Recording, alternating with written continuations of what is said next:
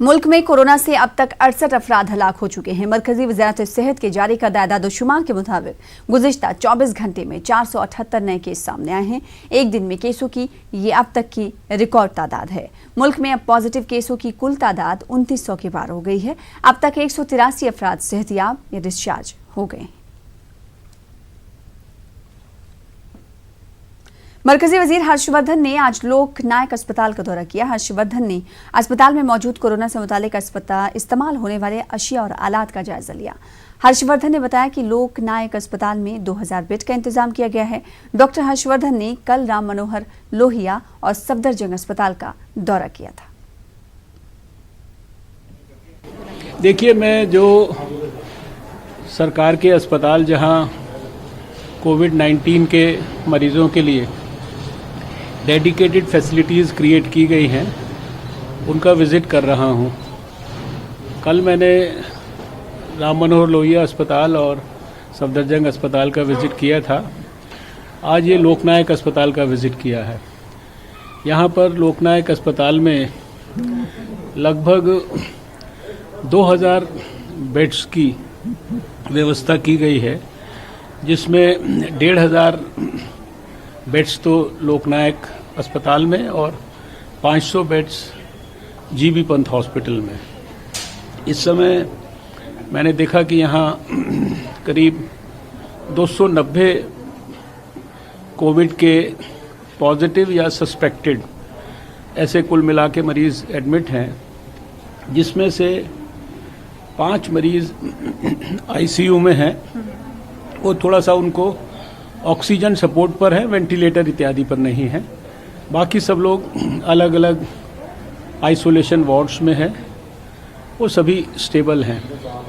Medical superintendent साहब के साथ अस्पताल में जहाँ जहाँ व्यवस्थाएं की गई हैं, अलग अलग ब्लॉक्स में स्पेसिफिकली डेडिकेटेड वार्ड्स बनाए गए हैं। नर्सिंग होम के कमरों को वार्ड्स में परिवर्तित किया गया है। किसी भी प्रकार की शॉर्टेज पूरे देश में नहीं है। मैंने पहले भी कहा है कि मैं हर रोज़ देश के सभी स्वास्थ्य मंत्रियों से बात करता हूं। मेरे डैशबोर्ड पर हर जो चीज़ की आवश्यकता है, उसकी किस स्टेट में कितनी उपलब्धता है, वो सब उपलब्ध है।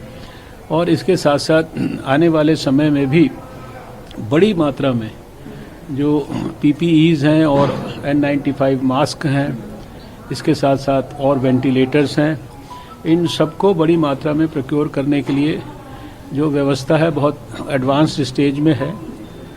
कमी ना होने के बावजूद भी अगले सप्ताह में और बड़ी संख्या के अंदर ये जो चीज़ें हैं ये स्टेट्स में पहुँच। कोरोना वायरस की जांच के लिए फील्ड में जा रही मेडिकल टीम पर हमले के साथ और बदसलूकी और मारपीट के ताज़ा मामले के तनाजुर में राजस्थान के उलमा और मशाइख ने अपील की है कि वो मेडिकल टीम के साथ ताउन करें और जांच में हर तरह से हुकूमत का साथ दें, किसी भी अफवाह और भड़काऊ पैगाम पर ध्यान न दें। हजरात, मैं मोहम्मद ताहिर आज़ाद, ज्वाइंट सेक्रेटरी जामे मस्जिद जयपुर, आपसे एक स्पेशल गुजारिश करने के लिए आ रहा हूँ। और वो गुजारिश ये है कि जैसा कि हमको मालूम हुआ है, कोरोना की वजह से मेडिकल टीम, सरकार की तरफ से राशन सामग्री वितरित करने वाली टीम और कुछ वॉलंटियर जो मज़दूर हैं, उनकी माली हालात कैसी है, उनको सरकारी मुआवजा देने के लिए अपने मोहल्लों में तशरीफ़ ला रहे हैं। तो आपसे गुजारिश है कि उन सभी का खैर मकदम करें, उनको अखलाक से पेश आवें और उनके डॉक्यूमेंट देखकर, उनके ऑर्डर देखकर, उनकी जो भी ज़रूरत है, जो भी वो आपसे मांगना चाह रहे हैं, आपका टेस्ट करना चाहें या आपका नाम राशन कार्ड देखना चाहें या आपके और दस्तावेज़ देखकर और आपकी मदद करना चाहें, तो आप उसमें भरपूर तावन करें। शुक्रिया। आलमदीन मुफ्ती खुर्रम ने भी पीएम मोदी के बयान पर अपने रद्द-ए-अमल का इजहार किया। उन्होंने कहा कि ऐसा करने में कोई मुज़ाहका नहीं है, लेकिन परेशानी को हल करने की बजाय मामले को दूसरी तरफ डाइवर्ट करने वाली बात है। इसमें शामिल होने में कोई हर्ज नहीं है। लाइट जलाने में, दिया जलाने में या टॉर्च जलाने में, इसमें भी कोई हर्ज नहीं है। लाइट को तो हर धर्म में, हर समाज में अच्छा माना जाता है। हो सकता है कोरोना को भगाने के लिए ये कोई टोटका हो। बहरहाल जो प्रधानमंत्री जी ने कहा है उस पर अमल कर सकते हैं, इसका कोई फायदा नहीं है। जो ताली थाली आपने देखा उसका कैसा मजाक बना, ऐसी मजाक इसका भी बन जाएगा। और इसका कोरोना से या किसी बीमारी से कोई ताल्लुक नहीं है। ये तो जैसे फुलझड़ी जलाते हैं ना बच्चे, ये उस तरह की चीज़ें हैं। बहरहाल हमें बहुत सीरियसली कोरोना की तरफ तवज्जो देने की ज़रूरत है। आज हमारे पास पर्याप्त डॉक्टर नहीं है, नर्सें नहीं हैं, ट्रेंड स्टाफ नहीं है, साधन नहीं है, पीपीई नहीं है, हमारे पास टेस्टिंग के पूरे साधन नहीं हैं। अब जब कोरोना बिल्कुल अपने पैर फैला चुका है तो अब साधन जुटाने की कोशिश हो रही है। देखिए, हमारे पास कोरोना का पहला पेशेंट जनवरी में आया था, पूरा फरवरी निकल गया, 20 मार्च तक पूरा मार्च निकल गया। सरकार ने कोई एक्शन नहीं लिया, कोई सीरियसनेस नहीं दिखाई। सारे दफ्तर चलते रहे, सारी मार्केट चलती रही, सारे काम होते रहे।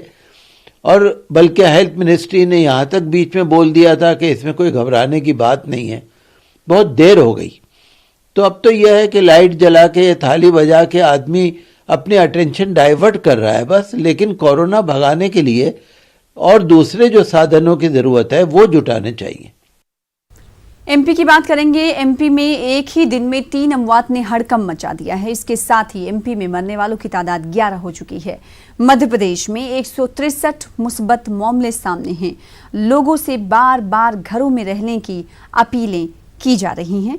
और अगर बात अमवात की करें तो एक ही दिन में 3 अमवात से महकमे सेहत में हड़कंप मच रहा है और उधर एहतियाती तदाबीर भी इख्तियार करने की लगातार बात की जा रही है। हमारे साथ हमारे नुमाइंदे मेहताब आलम जुड़ रहे हैं मध्य प्रदेश के भोपाल से। मेहताब आलम, आज का दिन जो है वो काफ़ी अफसोसनाक भी है क्योंकि आज एक ही दिन में 3 अमवात मध्य प्रदेश में हुई हैं। इसके अलावा हम देख रहे हैं कि पॉजिटिव केसों का आंकड़ा जो है मजीद से मजीद तर बढ़ता जा रहा है, वसी से वसी तर होता जा रहा है। आखिर क्यों ये आंकड़े बढ़ते जा रहे हैं? एक तरफ हम देख रहे हैं कि लोग पासो लिहाज भी रख रहे हैं, तो दूसरी तरफ सरकार हर प्लेटफॉर्म से ये कह रही है कि लोग घरों से ना निकलें। इसके बावजूद भी हालात जो हैं ख़राब होते जा रहे हैं।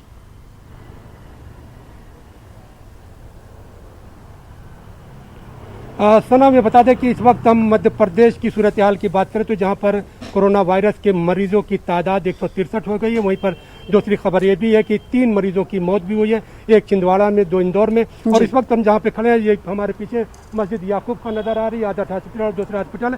ये भोपाल का वो वाक़ई इलाका है जहाँ पर आम दिनों में अगर आप आएँ तो यहाँ पर गुजरने में आपको जो है कम से कम आधा घंटे का वक्त लगता था। लेकिन इस वक्त देखिए, कोरोना वायरस का जब से मामला हुआ है और पूरा इलाका लॉकडाउन हुआ है तो सारी भीड़ खत्म हो गई है। अब ऐसा भी नहीं जहाँ पर एक जगह पर 5-5 हॉस्पिटल, और उन हॉस्पिटलों की अगर बात करें तो ऐसा नहीं कहा जा सकता कि मरीजों की तादाद फौरी तौर पर खत्म हो गई है। अगर मरीज है तो मरीजों का इलाज कैसे हो रहा है? यहाँ पर आइए, देखिए कि पूरा हॉस्पिटल देखिए पूरी तरह से खाली है। आखिर क्या वो वजह है? आइए, यहाँ पर कुछ डॉक्टर होंगे, उनसे जानते हैं कि आखिर कोरोना वायरस अगर किसी को होता है तो ऐसी सूरत हाल में तो किस तरह से उनका इलाज किया जा सकता है, उनको कैसे समझाया जाए। जी जी, डॉक्टर साहब, आपका नाम? डॉक्टर जफर हसन। जफर साहब, क्या वजह है कि जहाँ पर हर वक्त यहाँ पे इतने मरीज रहते थे पूरा सन्नाटा है?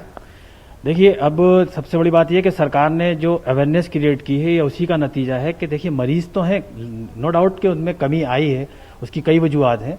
लेकिन इस वक्त मरीज इतना समझदार है और इतना समझ रहा है कि अगर हम घर से बाहर निकलते हैं तो वो हमारे लिए ज़्यादा नुकसान रहे बनिस्बत ये कि हम डॉक्टर को जाएं और चेकअप कराएं और अपना डायग्नोसिस करवाएं और दवाएं लें। तो उससे बेहतर ये कि मरीज़ जो है वो हमसे टेलीफोन पे कांटेक्ट कर रहे हैं, व्हाट्सएप के जरिए अपनी कंप्लेंट्स भेज रहे हैं और उनको दवाएं बता रहे हैं, और वो केमिस्ट शॉप क्योंकि खुले हुए हैं और वहाँ से जाके वो अपनी दवाएं खरीदवाते हैं और इस तरह वो इलाज कर रहे हैं। यहाँ पे हमें भी देखते हैं कि जब लॉकडाउन है तो ऐसे मरीजों में को निकलने में भी परेशानी हो रही है, तो जो है टेलीफोनिक मेडिसिन के जरिए जो है इलाज हो रहा है। जी हाँ, बिल्कुल, क्योंकि मरीजों को निकलने, लॉकडाउन की वजह से मरीज निकलने में भी उनको दुश्वारी है। इसके अलावा ये कि वो ये भी समझ रहे हैं क्योंकि जब मरीज है उसकी इम्यूनिटी ऑलरेडी बहुत कमज़ोर होती है, तो जिसकी इम्यूनिटी कमज़ोर है उसके ऊपर इसका अटैक ज़्यादा जल्दी हो सकता है, उसके लिए ज़्यादा मुश्किलात हैं। तो इसलिए वो ये समझ रहे हैं मरीज़ कि अगर हम इस हालत में बाहर निकलते हैं तो ये हमारे लिए मोहलिक हो सकता है, तो वो घर पर बैठकर ही अपने डॉक्टर से कंसल्ट कर रहे हैं टेलीफोन के जरिए, व्हाट्सएप के जरिए, और डॉक्टर्स उनको अपनी दवाएं जो है प्रिस्क्राइब कर रहे हैं और वो केमिस्ट शॉप से मंगवा कर वो दवाएं खा रहे हैं और उससे उनको फायदा हो रहा है। यकीनी तौर पर यहाँ पर जो डॉक्टर का जो मशवरा है, महकमा सेहत का जो मशवरा है और हुकूमत की जो हिदायत है, उलमाए दीन की जो हिदायत है, उस पर अमल करने के लिए दूसरे डॉक्टर भी मौजूद है। आपका नाम? डॉक्टर सैयद उमर नाम है मेरा। उमर साहब, ये मुश्किल घड़ी आप लोग हम वक्त जो है मरीजों की खिदमत में लग रहे हैं, लेकिन अब देख रहे हैं कि मरीज नहीं आ रहे हैं, तो क्या ड्यू टू कोरोना?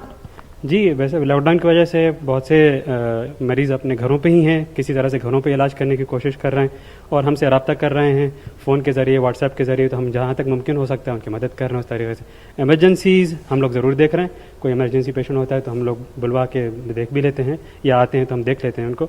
लेकिन routine patients, routine OPD, routine surgeries ये नहीं हो रही। तो आप ये जानना चाहेंगे, अगर जो कोरोना को लेकर बहुत सारे लोगों को शकूक शुबहात होते हैं, तो इसमें कैसे समझा जाए कि इसको कोरोना है या नहीं है? सबसे पहला कोरोना का जो मर्ज का पहचान वो ये है कि उसमें तेज़ बुखार के साथ खांसी होती है, सूखी खांसी, ड्राई कफ। तो सूखी खांसी के साथ अगर तेज़ बुखार है, बदन दर्द है, तो ये शुबा हो सकता है कि कोरोना हो। ज़रूरी नहीं है कि हर सूखी खांसी हो, हर बुखार जो है कोरोना हो। लेकिन अगर आपकी हिस्ट्री है ट्रैवल की, आप सफ़र कर चुके हैं, या आप जो हैं कहीं किसी ऐसे कांटेक्ट में आए ऐसे मरीज़ से जिसको पहले इस तरह की प्रॉब्लम रही हो, या खांसी हो रही हो, या बुखार हो रहा हो, तो ज़रूर हो सकता है कि कोरोना हो सकता है। लेकिन हर बुखार को, हर खांसी को ये ना समझे कि कोरोना है। यहाँ पे नाज़रीन आपने देखा डॉक्टर साहब ने कहा कि हर खांसी को, हर बुखार को कोरोना से ताबीर नहीं किया जाना चाहिए, बल्कि यहाँ पर आपको इस बात का भी लिहाज रखना चाहिए कि जैसे डॉक्टर साहब ने अभी खुद बताया कि अगर आपको खांसी आ रही है, छींक आ रही है, तो ये तो आपको डस्ट पोल्यूशन से भी हो सकता है, इन्फ्लुएंजा की वजह से भी हो सकता है, और दूसरी बीमारियों की वजह से हो सकता है। जो भी हुकूमत ने इस वक्त हिदायत दी है और महकमा सेहत की जो हिदायत है उस पर गौर करने की जरूरत है। और घरों में रहिए, घर में रहेंगे आप तमाम बीमारियों से बचे रहेंगे, तमाम चीज़ों से बचे रहेंगे, और जब आप खुद बेहतर रहेंगे, महफूज रहेंगे, तो आपका समाज भी महफूज रहेगा, आपका मुल्क भी महफूज रहेगा। जाहिर सी बात है, और इसीलिए हम देख रहे हैं कि एहतियाती तदबीर इख्तियार करते हुए लोग जो इसका पासो लिहाज रख रहे हैं, और इसी वजह से सड़कें सुनसान भी नजर आ रही है। लेकिन एक सवाल लॉकडाउन के हवाले से इसलिए करना मैं चाहूंगी कि क्या MP में लॉकडाउन की खिलाफ वर्जी करने वालों के खिलाफ कोई कार्रवाई भी की जा रही है? मेहताब आलम। नहीं, एक बहुत बड़ा अहम सवाल आपने सना पूछा कि मध्य प्रदेश की अगर बात करें तो अब तक पिछले एक हफ्ते में 2000 से ज़्यादा लोगों के खिलाफ लॉकडाउन की खिलाफ वर्जी करने के मामले में जो है रिपोर्ट दर्ज हो चुकी है। आज की अभी तक रिपोर्ट नहीं आई है, लेकिन कल तक जो है भोपाल की बात करें तो 105 लोगों के खिलाफ लॉकडाउन की खिलाफ वर्जी करने के मामले दर्ज हुए थे। और पिछले अगर हम 22 तारीख जनता कर्फ्यू से लेकर जो है 3 अप्रैल तक की बात करें तो भोपाल में ही 790 लोगों के खिलाफ मामला दर्ज किया जा चुका है। हुकूमत जहां पर सख्ती बरत रही है, वहीं पर लोगों को भी इस बात की भी जरूरत है कि गैर जरूरी तौर पर उनको घर से निकलने की जरूरत नहीं है। हमने आज बहुत सारी जगहों पर चौराहों पर गए तो हमने देखा कि लोग जो है पुलिस से झगड़ रहे हैं, जबकि पुलिस उनको समझा रही है कि भाई अगर एक घर के एक आदमी के जाने से काम हो सकता है तो पूरे घर को वहां पर गैर जरूरी तौर पर जाने की जरूरत क्या है। यहाँ पर पुलिस को जो समझा रही है उसको भी समझने की जरूरत है, और पब्लिक को भी पैनिक होने की जरूरत नहीं, बल्कि उनको समझना चाहिए कि ये तमाम कोशिशें जो हुकूमत कर रही है इसलिए कर रही है ताकि समाज महफूज रहे, समाज में रहने वाले लोग महफूज रहे, इंसानियत महफूज रहे। और ये कर्फ्यू नहीं बल्कि केयर फॉर यू है। जी, जाहिर सी बात ये बात बावर कराने की भी कोशिशें की जा रही है। ये बात MP की होगी, लेकिन बात अगर हम छत्तीसगढ़ की करें तो छत्तीसगढ़ में कोरोना के हवाले से क्या कुछ लोगों में बेदारी देखने को मिल रही है, और साथ ही साथ ये आंकड़ा कहां तक पहुंचा है? मेहताब।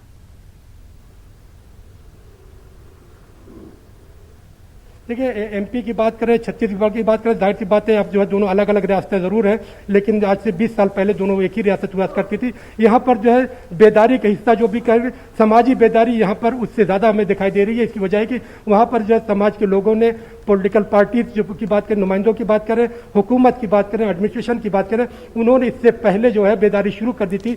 मध्य प्रदेश में सियासी घमासान होने की वजह से बहुत सारी चीज़ें कुछ ताखिर से शुरू की गई, लेकिन वहाँ पर जो है इस तरह का मामला नहीं था। वहाँ पर हमें देख रहे हैं कि तमाम चीज़ों पर एक बेदारी हमें दिखाई दे रही है, और इस तरह के आंकड़े जो आ रहे हैं उसमें भी समझने की ज़रूरत है, अपने सोशल अवेयरनेस को अपडेट करने की ज़रूरत है, और फिर इस तरह की जो गुमराहकुन खबरें आ रही हैं मीडिया पर उसको भी नज़र रखने की ज़रूरत है। अब आप देखिए कि मध्य प्रदेश में जो है कल से आज तक जो है 6 मस्जिदों में इस तरह की चीज़ें आई कि लोग इज्तिमाई नमाज पढ़ते हुए पकड़े गए। न्यूज़ 18 ने सुबह 11 बजे की खबर में खुद दिखाया था, इससे पहले भी 30 लोगों के खिलाफ मामला दर्ज किया गया था। तो अगर ये कौन लोग हैं, अब तो तमाम मसलक के उलमाए दीन ने, तमाम जो है शहर काजी ने इस बात के लिए वादे तौर पे अपील कर दी है कि आपको कहीं पर भी भीड़ में इज्तिमाई तौर पे जाने की ज़रूरत नहीं है। आपको अपनी नमाज घरों में अदा करनी है। उसके बावजूद भी अगर ये लोग जो है इस तरह की खिलाफवर्जी कर रहे हैं तो सोचने वाली बात है, कौन लोग हैं जिन्हें अपने उलमाए दीन पर भी भरोसा नहीं है या उन अपने उलमाए दीन की बातों पर यकीन नहीं कर रहे। बिल्कुल, और लोगों को ये समझना चाहिए कि ये वक्त जो उन्हें मिला है मुशाहदा करने के लिए, खुद का मुशाहदा करने के लिए भी मिला है,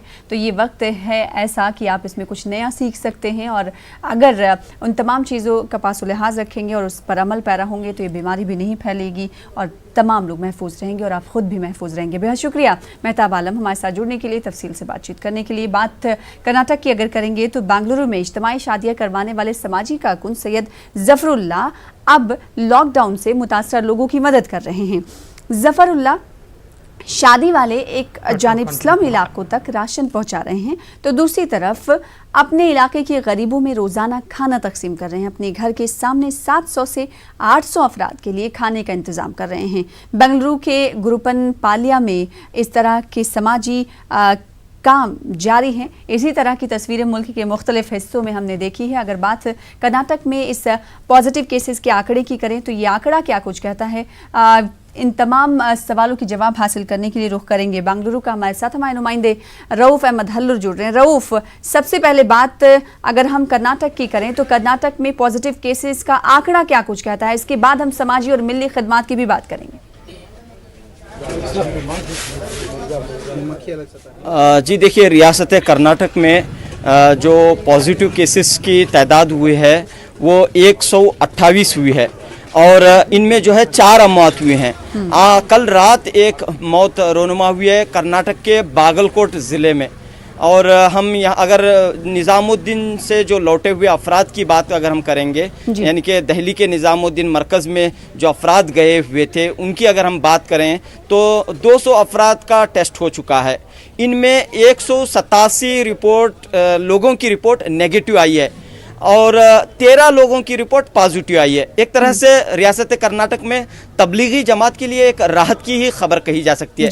बहरहाल पूरे रियासत में लॉकडाउन का सिलसिला जारी है और होटलें, दुकानें, बाजार तकरीबन बंद हैं। सिर्फ अशियाए ज़रूरिया दस्तयाब हैं। और इस वक्त हम मौजूद हैं बेंगलुरु के गुरुपन पालिया इलाके में। यहाँ हमें समाजी खिदमत का खुशनुमा मंजर देखने को मिला है। यहाँ के एक समाजी कारकुन जफरुल्लाह शादी वाले जो शादियों के लिए मशहूर हैं, यानी कि शादियाँ करवाते हैं, इन्होंने अब तक 500 शादियाँ करवाई हैं। लेकिन अब लॉकडाउन के सबब ये जफरुल्लाह शादी वाले गरीबों तक राहत इमदाद पहुँचा रहे हैं, गरीबों में खाना तकसीम कर रहे हैं। बताइए जफरुल्लाह साहब, क्यों ख्याल आया कि इस तरह की खिदमत हो आपकी जानिब से? 10 दिन से ब्लैक आउट हो गया है। गरीब यहाँ पे जितने भी हैं आदमी लोग रोज़ कमा के रोज़ खाने वाले हैं, रोज़ कमा के रोज़ खाने वाले हैं। इन मुस्तहिक हैं ये लोग, बहुत मुस्तहिक लोग हैं, उनके पास पैसा नहीं है। इसलिए इंतज़ाम हमें ऐसा सोचा कि भाई चलो दोपहर का खाना देंगे, दोपहर और शाम में खाना खा सके, वो इंतज़ाम किए हैं। इंशाअल्लाह हमें और 14 तारीख तक का भी इंतज़ाम करने का इरादा है। इंशाअल्लाह ज़रूर से इसकी जानिब से पूरा इंतज़ाम हो रहा है। ये अभी तक का किसी से भी नहीं, मैं अपने ताउन से अपने सरफ़ ख़ास से मैं कर रहा हूँ। अल्लाह चाहा तो सरफ़ ख़ास 14 तारीख तक का भी करूँगा, उसके बाद अल्लाह मालिक। तो कैसे लोग यहाँ पर आ रहे हैं और खाना हासिल कर रहे हैं? बहुत मुस्तहिक लोग हैं, बहुत मुस्तहिक है, रोज़ कमा के रोज़ खाने वाले हैं। ये इनको एक वक्त का खाना भी मिल गया तो मुयस्सर है इन लोगों के लिए। इसलिए हमें वो सोच के काम कर रहे हैं। इंशाल्लाह हमारे दोस्त अहबाब भी साथ दे रहे हैं, हाथ बटा रहे हैं। ये शादी वाले क्यों कहा जाता है आपको? आप जो है जैसा कि हम देखते हैं कि इज्तिमाई शादियों के लिए आप मशहूर हैं, इसीलिए आपको शादी वाले कहा जाता है। क्यों ये ख्याल रहा कि इस तरह की समाजी खिदमत आपके तहत हो? घरों में बहुत मुस्तहिक लोग रहते हैं, जो लड़कियां बैठे हुए रहते हैं, उनके वास्ते मैं सोच के 16 साल से मैं ये काम शुरू किया हूँ बेंगलुरु के अंदर। आज अल्लाह के करम से हर जगह कर्नाटका के अंदर इज्तिमाई शादियाँ शुरू हो रहे हैं। मैं भी तकरीबन 500 से करीब शादियाँ किया हूँ। लेकिन इसके बाद ये ऐसा आया 15 दिन 16 दिन का लॉकडाउन था, इसलिए ये भी सोचा ये भी मुस्तहिक लोगों के वास्ते खाना बना के देना बहुत अच्छा अजर मिलता है। बस अजर के लिए मैं कर रहा हूँ, बस अल्लाह मौका दिया, बहुत बहुत तो अल्लाह का। गुरुपन पालिया इलाका है, चंद और अफराद हमारे साथ मौजूद हैं। सर बताइए क्या ये इलाका कैसा है? इलाका तो मिनिमाइज है, मतलब ऊंचा भी नहीं है, नीचा भी नहीं है, मिडिल क्लास का इलाका है। इसमें तकरीबन जो है रोज़ कमा कर रोज़ खाने वाले यहाँ पर मौजूद हैं। तो ये तकालीफ का सामना हो रहा है, इसलिए जो है इन लोगों ने जो खिदमत का मौका लिए हैं इसका भरपूर फ़ायदा वो लोग उठा रहे हैं। तो यहाँ पर बेदारी भी पैदा की जा रही है। जो कोरोना वायरस है, एक खतरनाक मर्ज है, एक बड़ी मुश्किल का दौर हम देख रहे हैं। बिल्कुल नहीं, उसके ऊपर काबू पाने की पूरी कोशिश कर रहे हैं। इसके बावजूद भी जो है कुछ जगह में कमर्शियल एरियाज़ के अंदर थोड़ा बहुत जो है वो है, बस उसके पीछे और भी थोड़ा उसमें इत्तेहाद बरतना। तो ये इस बात पर जोर दिया जा रहा है कि वो जो लॉकडाउन हुकूमत की जानिब से नाफिज किया गया है उसकी उस पर अमल करें। लोग जो हैं लॉकडाउन की खिलाफ वर्जी न करें, सोशल डिस्टेंस मेंटेन करें। बताइए सर, सोशल डिस्टेंस का किस तरह आप लिहाज रख रहे हैं यहाँ? बहुत सारा सोशल डिस्टेंस का ख्याल रख रहे हैं। 6 फीट ज़्यादा से ज़्यादा 2 मीटर के ऊपर से रख के एक हिसाब से बांट रहे हैं। कुछ ये नहीं, डिस्टेंस दूर ही रख के खड़ा के दे रहे हैं। तो हम देख रहे हैं कि बेंगलुरु का गुरप्पन पाल्या का ये मंजर है और यहाँ पर समाजी खिदमत का सिलसिला भी देखने को मिल रहा है और लोगों से ये अपील भी की जा रही है कि वो लॉकडाउन की खिलाफ वर्जी न करें। बिल्कुल। और ये एक जो इलाके की हुकूमत ने तस्वीर जो है जहां पर आप मौजूद है गुरप्पन पालिया में, लेकिन अगर दिगर इलाकों की बात करें तो क्या वहां पर भी लॉकडाउन का इसी तरीके से पासो लिहाज रखा जा रहा है? और अगर जो लोग लॉकडाउन की खिलाफ वर्जी कर रहे हैं तो क्या उनके खिलाफ पुलिस की तरफ से, इंतजामिया की तरफ से कार्रवाई भी की जा रही है? रऊफ जी देखिए, बिल्कुल भी बेंगलुरु में जो है एक बड़ा फैसला, बेंगलुरु की पुलिस ने एक बड़ा फैसला ये लिया है कि जो 2 व्हीलर्स हैं, कार हैं, जो गैर ज़रूरी तौर पर घूमते फिरते हैं तो उन्हें सीज करने का सिलसिला शुरू हुआ है। इस फैसले के बाद जो है इसका असर पूरे इलाके में देखने को मिल रहा है।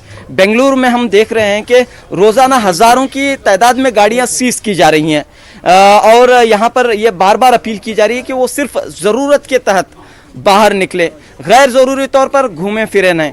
हम देख रहे हैं कि कोरोना वायरस का मर्ज भले ही रियासत कर्नाटक में कुछ हद तक काबू में आया है, चंद दिनों पहले हम देख रहे हैं कि रियासत कर्नाटक का मुकाम 3रा या 4था था पूरे मुल्क में, लेकिन अब यहाँ पर ये इसमें जो है अब बेहतर सूरत हाल बेहतर हो रही है और इसका मुकाम जो है 8 या 9वां बताया जा रहा है। यानी कि हम देख रहे हैं कि तादाद में काबू में आ रही है, इसके बावजूद खतरा टला नहीं है, खतरा बरकरार है, कोरोना वायरस का खतरा बरकरार है और लोगों से बार बार ये अपील की जा रही है कि वो एहतियात बरतें, वो गफलत न बरतें। अगर कहीं गफलत बरती जाती है तो जाहिर सी बात है कि ये खतरा मजीद आ सकता है, मजीद दोबारा पैदा हो सकता है। बिल्कुल, तो अवाम से यही अपील की जा रही है। न्यूज़ 18 उर्दू भी वक्तन फवक्तन ये अपील कर रहा है लोगों से कि आप महफूज रहें और दूसरों को भी महफूज रखें, इसलिए ज़रूरी है कि आप घरों में रहें। बेहद शुक्रिया रऊफ हमारे साथ जुड़ने के लिए, तफसील से जानकारी फराहम करने के लिए। दिल्ली की खबर का रुख कर लेते हैं। दिल्ली के GT करनाल रोड थाना अलीपुर गांव की मस्जिद पर शरपसंदों की जानिब से हमला किया गया। मस्जिद में तोड़फोड़ और आगजनी की गई। मुसल्लियों के मुताबिक इलाके के लोगों ने ही हमला किया। थाना अलीपुर के SHO मौके पर पहुंचे और हालात का जायजा लिया। इस मामले पर दिल्ली अक़लियती कमीशन ने पुलिस के नाम नोटिस जारी किया है और इस हमले का जवाब मांगा है। यह हमला गुज़िश्ता शाम का है। फिलहाल इसी के साथ इस बुलेटिन में ही मज़ीद खबरों के लिए देखते रहिए न्यूज़ 18 उर्दू। दीजिए इजाज़त। आदाब।